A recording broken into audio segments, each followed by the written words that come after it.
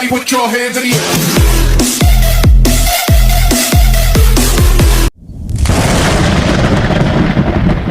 Assalamualaikum warahmatullahi wabarakatuh. Perkenalkan, nama saya Nur Atika Dian Permatasari. Saya dari Fakultas Teknologi Pertanian, Program Studi Teknologi Industri Pertanian, Universitas Brawijaya, Malang.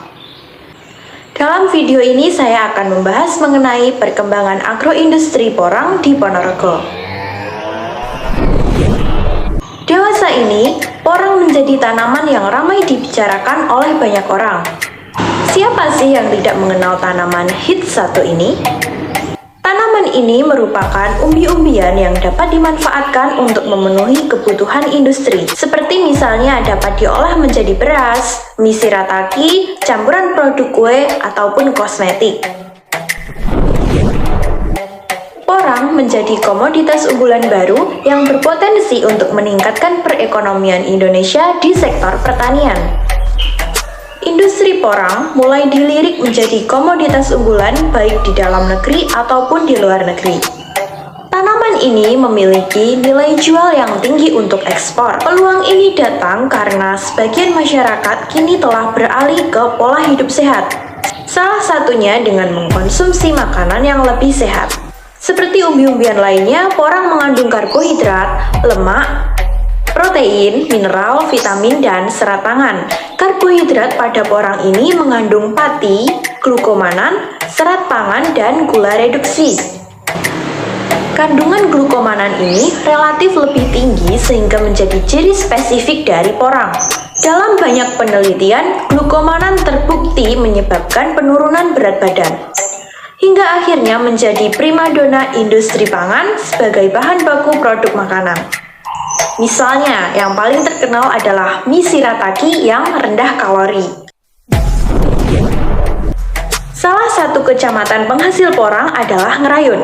Kecamatan sisi selatan Ponorogo ini merupakan salah satu penghasil porang terbesar di Ponorogo.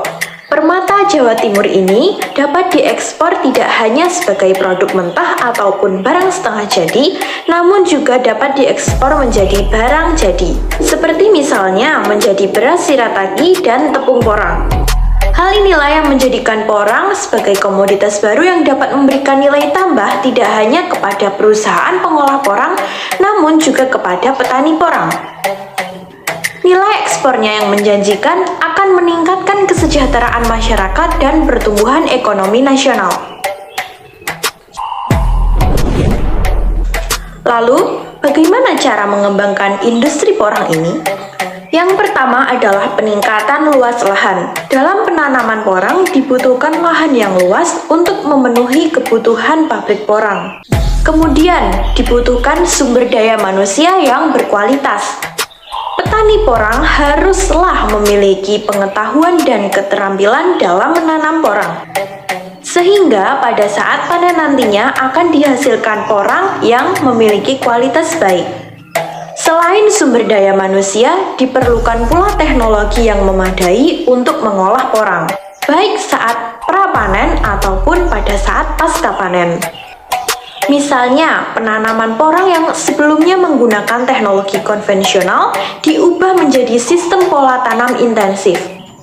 Sistem tanam ini terbukti menjadi teknik terbaik yang dapat memberikan banyak keuntungan untuk petani.